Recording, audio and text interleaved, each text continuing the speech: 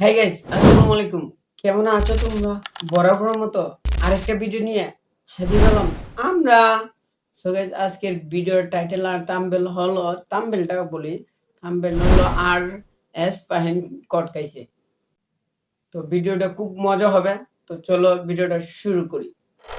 ছিলাম একটা মেয়ে আসা অনেক দূর থেকে দৌড়ে আসছে।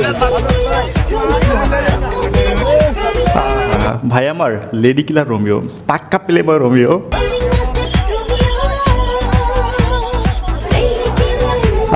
আমাদের ফিউচার ওবায়দুল কাদের।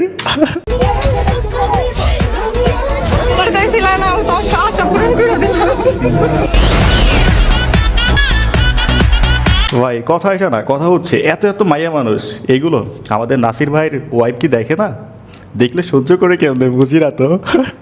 হে এভরিওয়ান, কি অবস্থা সবার? Welcome to other episode of funny facts. দেশে চলমান বেশ কিছু মজার মিম ভিডিও দেখতে পাবেন এই ভিডিওতে, যেগুলো বরাবরের মতোই হবে অনেক বেশি মজার। তাহলে চলুন আমরা একসাথে পুরো ভিডিওটা এনজয় করি। So let's start. ও হ্যাঁ, ভিডিওটা শেষের দিকে কিন্তু একটু বেশি মজার, ওকে? স্কিপ করবেন না মোটেও, ওকে?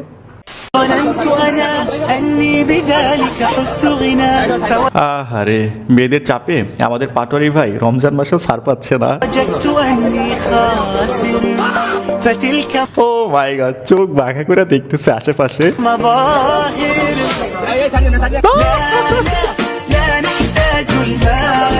ভাই ম্যান উইল বি ম্যান।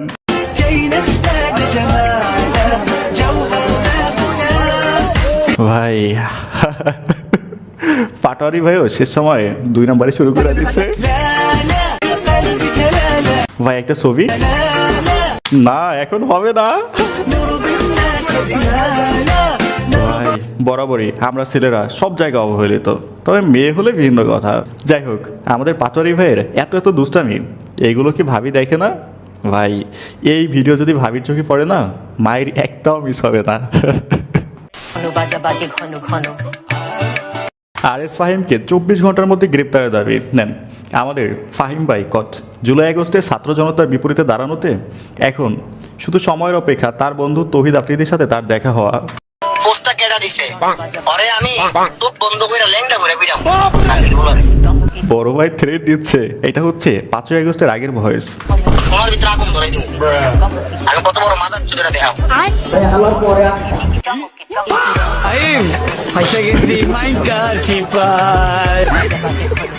ভালো ছিল ফাহিম, ফাইসা গেছি মাইন্ড কার চিপায়। আফ্রিদি অনেক আগেই ফাইসা গেছে, এখন তার বন্ধু ফাহিমের ফাঁসা শুধু সময়ের অপেক্ষা। দেখে আচ্ছা, এখানে কন্টেক্সট হচ্ছে হারিস ফাহিম চৌধুরী এতদিন বিদেশের মাটিতে পালিয়েছিল। যে এই নির্বাচন হয়েছে, নতুন সরকার আসছে, হয়তো কোনো এক নেতার শেল্টারে বুক ফুলিয়ে দেশে আসছে। কিন্তু এখন কি হলো, সোশ্যাল মিডিয়ায় ফাহিমের গ্রেপ্তার নিয়ে তোলপাড় চলতেছে। এখন অবস্থা যা দাঁড়াচ্ছে না, ফাহিমের জেলের ভাত খাওয়া এখন শুধু সময়ের অপেক্ষা, তাই তো মনে হচ্ছে সোশ্যাল মিডিয়ায় দেখে। কোনো আরএস ফাহিম টাহিম কাউকে ঢুকতে দেওয়া যাবে না। এইসব আরএস ফাহিম টাহিমকে আমরা আগে দেখে নিয়েছি, এগুলাকে গুনার টাইম নাই। ফাহিম গোনার টাইম নাই, এই জন্য হলো পাইলে হলো গণদোলাই দিবেন, আইন প্রশাসনের হাতে তুলে দিবেন। পাইলে গণধোলাই, যেহেতু পাটোয়ারি সাহেব এটা নিয়ে মন্তব্য করছে না, তার মানে ফাহিমের টাইম শেষ, এটা শিওর থাকে। পাইলে হলো গণদোলাই দিবেন,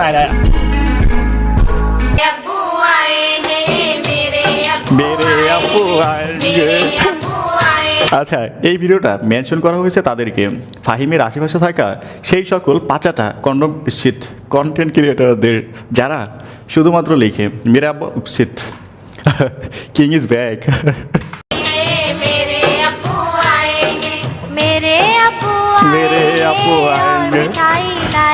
আচ্ছা, সোশ্যাল মিডিয়া এক ধরনের কন্টেন্ট ক্রিয়েটর, যারা ফাহিমকে লিখে যে king is back, king is back. কিন্তু আমি বলতে চাই, দেখেন এই পোলায় বিগত বছরগুলোতে এক দলের পাচাইটা দেশ থেকে পালাইছে, আবার এখন আর এক দলের পাচারতে আসছে, আর বোধাইগুলোতে লেখে king is back, king is back.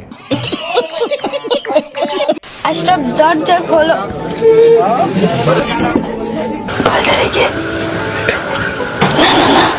আমার দাবি একটাই যে ওর জন্য আমার সব মান সম্মান সব দিক থেকে সবকিছু নষ্ট আচ্ছা, তার মানে হচ্ছে বিয়ের দাবি তো অন্বেষণ। হয়েছে, নিজের মানিজ্যত, নিজের ব্যক্তিগত পার্সোনাল সবকিছু নষ্ট হয়েছে। আমি শুধুমাত্র চাই যে ও আমাকে বিয়ে করবে, এটাই চাই, আমি আর কিচ্ছু চাই না। বিয়ে না করলে আমি আত্মহত্যা করবো, কারণ আমার জীবন, আমার সতীত্ব নষ্ট করছে।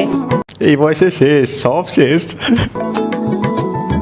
আমি বিয়ের আগে এরকম শপথ করে সতীত্ব নষ্ট করছি। আমি চাই যে ও আমাকে বিয়ে করবে, আমার কিছু চাই না। আর আমাকে একটু বলছে যে আমি যদি ঝামেলা করে বিয়ে করি তাহলে আমাকে প্রতি সেকেন্ডে মিনিটে কষ্ট দেবে। আপনারা, আমি চাই আমাকে বিয়ে করবো, নাহলে আমি মারা যাবো। যদি আমার সাথে ওর সাথে বিয়ে হয়, আমার একটা কথা থাকবো, ওদের ফ্যামিলির মানুষ আমার সাথে আসতে পর্যন্ত অনেক খারাপ ব্যবহার। ফ্যামিলির মানুষ অনেক খারাপ ব্যবহার করে। আচ্ছা, এখানে ব্যাকগ্রাউন্ড মিউজিকটা কপিরাইট ধরতে পারে, তাই একটু থামিয়ে নিলাম। ওকে, আমি চাই যে মানে এরকম স্টেটমেন্ট নেওয়া হোক যে আমার বিয়ের পরে অত্যাচার না করতে পারে। রে কি ভালোবাসা রে ভাই। কথা বলে আমার সাথে রিলেশন করে বিয়ের কথা বলে কোরআন শরীফ শপথ করে আমাকে বলছে যে আমি তোমাকে ছাড়ি যাবো না, তোমাকে বিয়ে করবো, এরকম করে আমার সাথে আমি সম্পর্ক করছিল, শারীরিক সম্পর্ক। বলছিল যে আমাকে রোজা কোরআন শরীফ শপথ পড়া তারপরে শারীরিক সম্পর্ক করছে, তার এখন ছাইরা যেতে চায়। দেখেন ভাই, বিষয়টা তো এমনই হওয়ার কথা ছিল। মৌমাছি মধু খাওয়ার আগে ফুলের আশেপাশে ঘুরে গান শোনায়, দেন মধু খাওয়া হয়ে গেলে উড়ে চলে যায়। এই বালটাই সরি, এইটাই বোকাচোদা বাঙালি। সেটা আবারও গালি দেই কেন? বাঙালি বুঝে না। আমার ভুল হচ্ছে। ভালো হয়ে যাও মাসুদ, ভালো হয়ে যাও। এই মায়ের ভাষায় কথা বলতে পারছি। I feel very proud. একটা বাংলাদেশী হয়ে I feel very proud. I feel very proud. আমরা একমাত্র দেশ যে হচ্ছে ল্যাঙ্গুয়েজের জন্য আমরা ল্যাঙ্গুয়েজের জন্য বেলা ডোনেট করছি, আমাদের জীবন দিয়েছি, and it's so proud.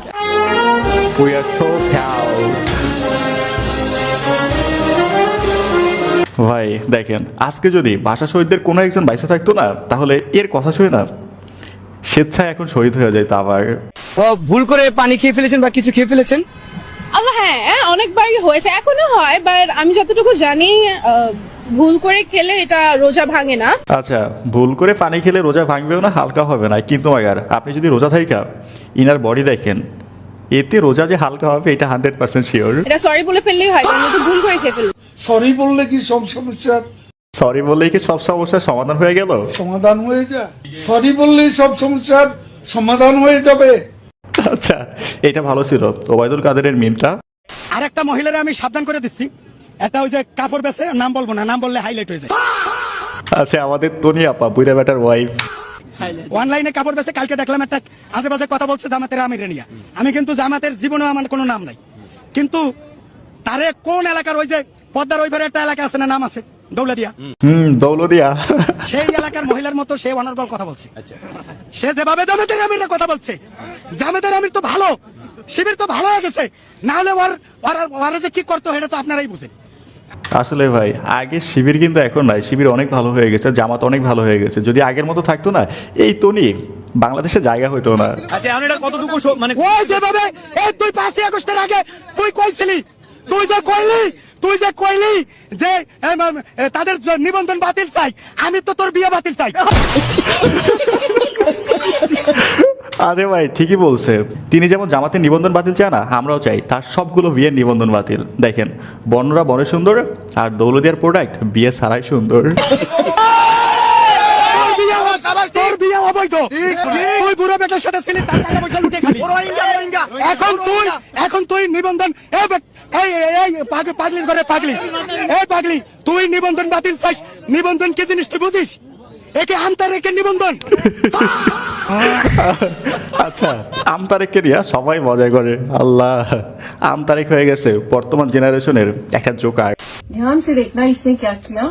ये आया, इसने मुझसे मेडिसिन मांगी বোনের ব্যাগ থেকে টাকা নেওয়ার সময় হঠাৎ যখন মুখোমুখি দেখে ফেলতো, और मैं मेडिसिन लेने अंदर गई हूँ। इसने मेरा कैश ड्रॉर खोला, उसमें मैंने कैश रखा हुआ था, इसने कैश निकाल लिया, उसके बाद मेरा मोबाइल निकाल लिया और पेन निकाल लिया, और कैश और मोबाइल छोड़ गया, 3 रुपए का पेन लेके चला गया।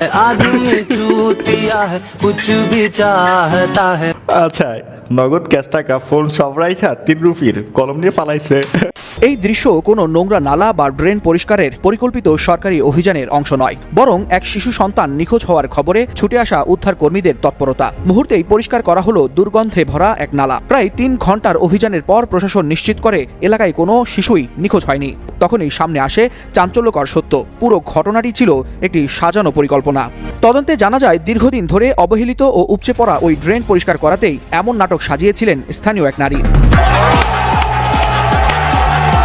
ভাই এই নারীকে আপনি সাধারণ নারী বলতে পারবেন না, একে বলা যায় সুপার গার্ল। এর এই প্ল্যানিংয়ের জন্য একটা না 100টা অস্কার দিলেও কম হয়ে যাবে ভাই। আমরা বাঙালিরা প্রত্যেকে যদি এমন সচেতন হইতাম না, তাহলে দেশ অনেক আগেই পাল্টাই যেত। ঠিক আছে, ভিডিওর একদম শেষ সময় দাঁড়িয়ে বলতে চাই, ভিডিওটা যেতে পর্যন্ত দেখছেন, যদি ভালো লেগে থাকে অবশ্যই একটা লাইক, যদি সম্ভব হয় একটা শেয়ার, চ্যানেল নতুন হলে সাবস্ক্রাইব, আর পেজ হলে ফলো। সো আল্লাহ হাফেজ। সো গাইস, আজকের ভিডিওটা এই পর্যন্ত। আর ভিডিওটা যদি ভালো লাগে অবশ্যই একটা লাইক করে দিবা, এন্ড চ্যানেলটা সাবস্ক্রাইব করে দিবা, আর একটা শেয়ার করে দিবা।